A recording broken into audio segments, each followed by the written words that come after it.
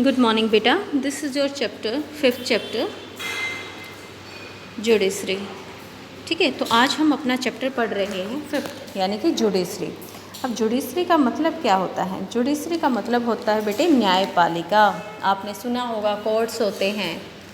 ठीक है, किसी भी कंट्री के अंदर क्या है, कोर्ट्स हैं। तो हमारा जो देखो नीचे ये फ़ोटो दिया गया, हमारा ये सुप्रीम कोर्ट है बेटा। हमारा सुप्रीम कोर्ट कहाँ है? न्यू दिल्ली में। और ये पूरी कंट्री के अंदर सुप्रीम कोर्ट जो होता है वो क्या होता है? सर्वोच्च न्यायालय एक ही होता है। ठीक है, और इसका जो डिसीज़न होता है, ठीक है, वो सब पे लागू होता है। तो यहाँ देखो, अब जुडिशरी सिस्टम, जुडिशियल जो सिस्टम है उसके बारे में आपको ये चैप्टर में आपको काफ़ी कुछ पता चलेगा। हमारी कोर्ट्स के बारे में कि भाई हमारी जो किस किस लेवल पर कोर्ट्स होती हैं उनके बारे में आपको पता चलेगा। जुडिशियल जो वर्क होता है, जुडिशरी के जो काम होते हैं उनके बारे में भी आप इस चैप्टर में पढ़ोगे। तो यहाँ पर चलो स्टार्टिंग से पढ़ते हैं। A glance at the newspaper provide you a glimpse of the range of work done by the courts in the country.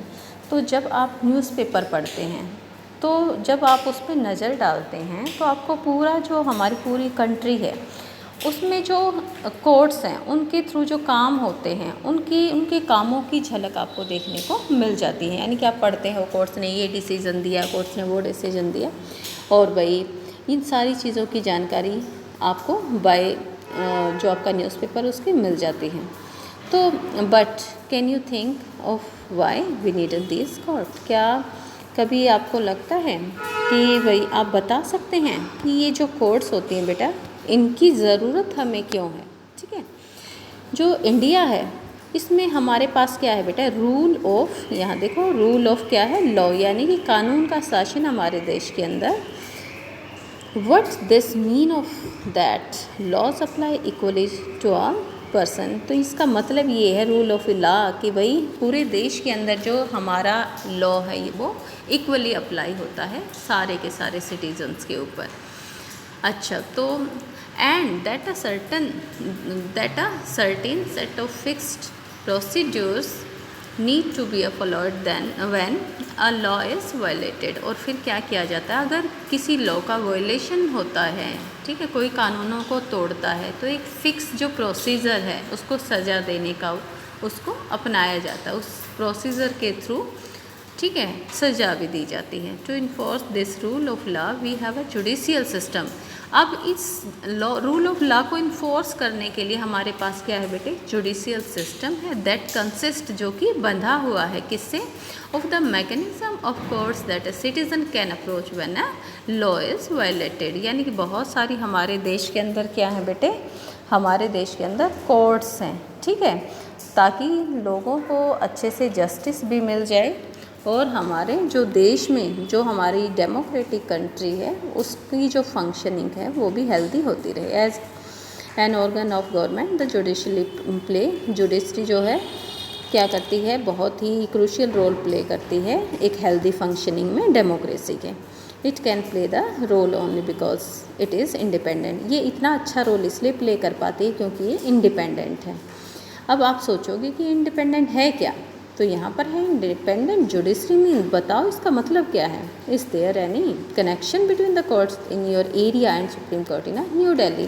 तो पूछा गया है आपसे कि ये जो इंडिपेंडेंस की इंडिपेंडेंसी की बात हुई है, जो इंडिपेंडेंट जुडिशरी जो वर्ड आया है इसका मतलब क्या है?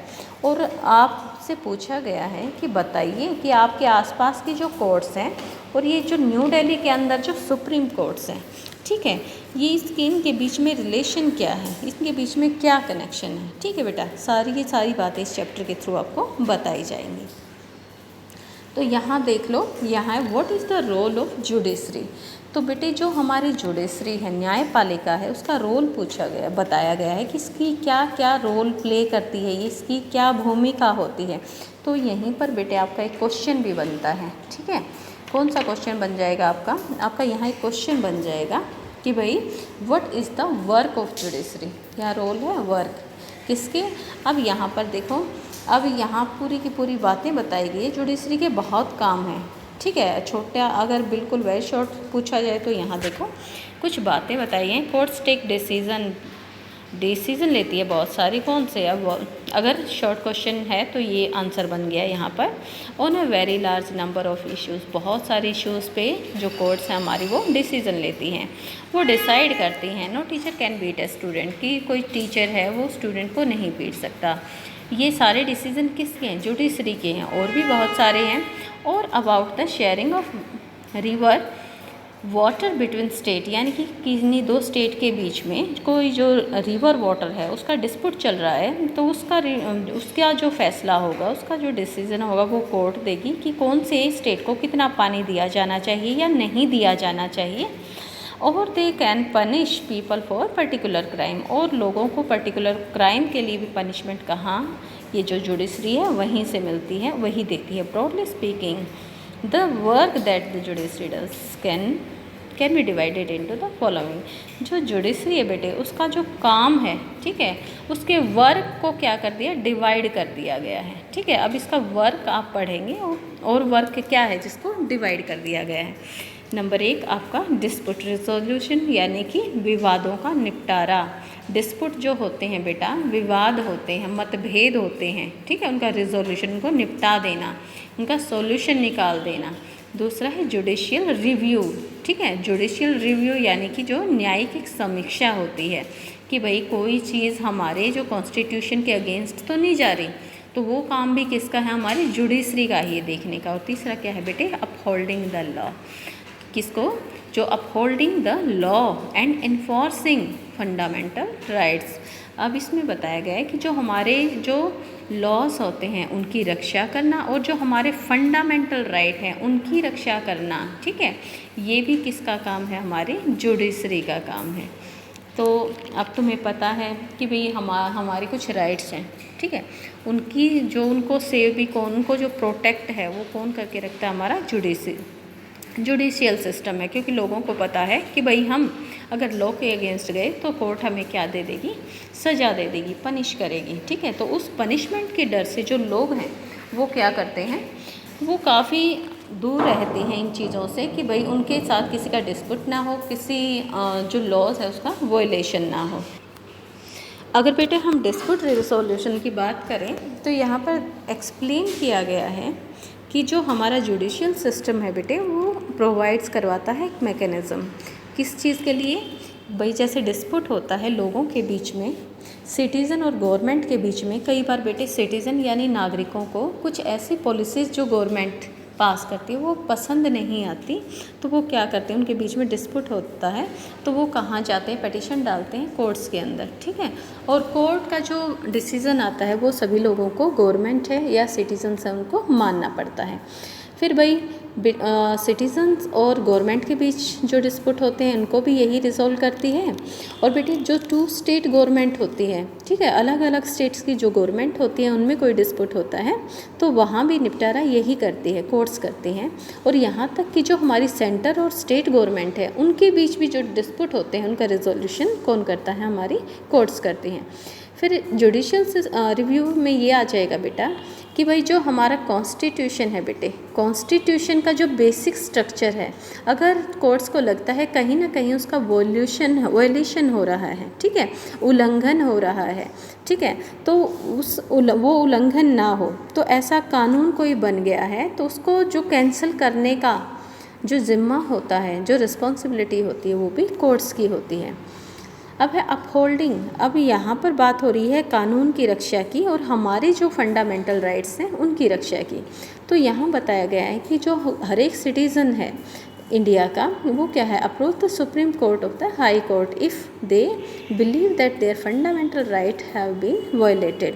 जो हमारे देश के जो नागरिक हैं, अगर उनको कभी ऐसा लगे कि उनकी जो फंडामेंटल राइट उनका वायलेशन हो रहा है तो वो सुप्रीम कोर्ट या फिर हाई कोर्ट जा सकते हैं, ठीक है बेटे। तो आपने last year class 7th class में एक जो हाकिम शेख था, उसकी स्टोरी पढ़ी थी और किस तरह से वो क्या हो गया? चलती ट्रेन से गिर गया था और वो उसको काफ़ी चोटें आई थी, लेकिन बाद में क्या कर दिया था? जो हाकिम शेख था, क्या था बेटे? वो एक लेबरर था,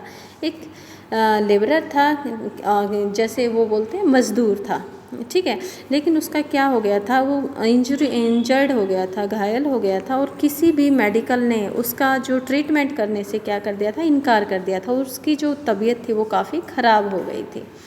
ठीक है, उसकी जो कंडीशन थी वो क्या हो गई थी, बिल्कुल ख़राब वर्स हो गई थी, क्योंकि बहुत सारे मेडिकल ने रिफ्यूज़ कर दिया था उसको। उसके बाद ठीक है, उस हाकिम शेख का जो मामला था वो कहाँ पर पहुँचा था बेटे, सुप्रीम कोर्ट के अंदर। ठीक है, अब सुप्रीम कोर्ट में ने बताया जो आर्टिकल 21 है वो क्या करता है, प्रोवाइड करवाता है क्या चीज़, every citizen the fundamental right to life, यानी कि जीने का अधिकार हर एक को है। आल्सो इंक्लूड और राइट टू लाइफ, यानी आर्टिकल 21 के अंदर जो हमारा राइट है, राइट टू लाइफ, उसी में इंक्लूड होता है बेटे right to health. It therefore directed the West Bengal government to pay the compensation. और फिर कोर्ट ने क्या किया, सुप्रीम कोर्ट ने ये फैसला दिया कि जो वेस्ट बंगाल जहाँ से वो बिलोंग करता था उसको क्या, गवर्नमेंट को क्या करना पड़ेगा, कंपनसेशन देना पड़ेगा for the loss suffered as well as the come up with a blueprint of primary health care with particular reference to treatment of patient during emergency. तो यहाँ पर ये बात हो रही है, यहाँ पर देखो ब्रैकेट में ये भी बताया गया है कि भाई